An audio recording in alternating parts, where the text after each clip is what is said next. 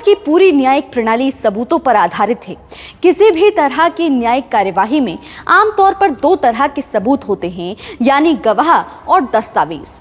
एक गवाह किसी ऐसे व्यक्ति को संदर्भित करता है जो न्यायिक कार्यवाही में पक्षों के अधिकारों और जिम्मेदारियों को निर्धारित करने में अदालत की मदद करता है और सबूत देता है। नमस्कार, मैं हूं दीपाली सिन्हा, आपका माय लॉर्ड में स्वागत है। भारतीय न्यायालयों ने समय समय पर न्यायिक कार्यवाही में गवाहों के महत्व को स्वीकार किया है।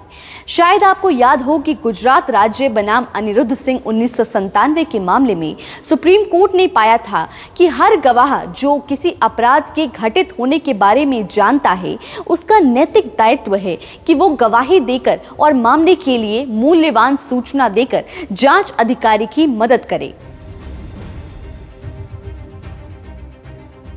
भारतीय साक्ष्य अधिनियम की धारा 118 के मुताबिक प्रत्येक व्यक्ति न्यायालय के समक्ष गवाही देने के लिए सक्षम है जब तक कि कोई न्यायालय की राय में पूछे गए प्रश्नों को समझने में असमर्थ हो या व्यक्ति उन प्रश्नों का तर्कसंगत उत्तर देने में असमर्थ हो, क्योंकि वो व्यक्ति कम उम्र का है यानी बच्चा है, अत्यधिक वृद्धावस्था से जूझ रहा है या दिमाग या शरीर के किसी रोग से जूझ रहा है। इतना ही नहीं, इस धारा के साथ दी गई स्पष्टीकरण ये बताती है कि एक दिमागी रूप से बीमार व्यक्ति भी गवाही देने के लिए सक्षम है अगर वो पूछे गए प्रश्नों को समझ सकता है और उन प्रश्नों के तर्कसंगत उत्तर दे सकता है।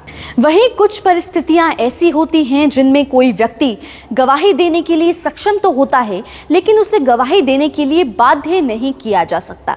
इन मामलों में व्यक्ति के पास साक्ष्य देने से इनकार करने का विशेष अधिकार होता है। उदाहरण के लिए, साक्ष्य अधिनियम की धारा 124 के तहत किसी भी सरकारी अधिकारी को सार्वजनिक हित में बाधा डालने वाली किसी भी आधिकारिक जानकारी का खुलासा करने के लिए बाध्य नहीं किया जा सकता।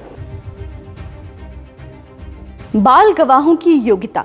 जब हम अधिनियम की धारा 118 को देखते हैं तो ये स्पष्ट तौर पर समझ आता है कि बाल गवाह की गवाही को केवल उसकी उम्र के आधार पर खारिज नहीं किया जा सकता। एक बच्चे को न्यायिक कार्यवाही में गवाही देने की अनुमति दी जा सकती है अगर अदालत इस बात से संतुष्ट है कि बच्चा उससे पूछे गए प्रश्नों को समझने में सक्षम है और साथ ही तर्कसंगत उत्तर भी दे सकता है। किसी बच्चे को गवाही देने की अनुमति देना या ना देना पूरी तरह से अदालत के विवेक पर निर्भर है। दिमागी रूप से बीमार व्यक्ति की योग्यता। धारा 118 के तहत स्पष्ट शब्दों में कहा गया है कि एक दिमागी रूप से बीमार व्यक्ति भी गवाह बनने में सक्षम है जब तक कि अदालत संतुष्ट ना हो कि वो व्यक्ति अपनी बीमारी के कारण पूछे गए प्रश्नों को समझने और उनके तर्कसंगत उत्तर देने में असमर्थ है।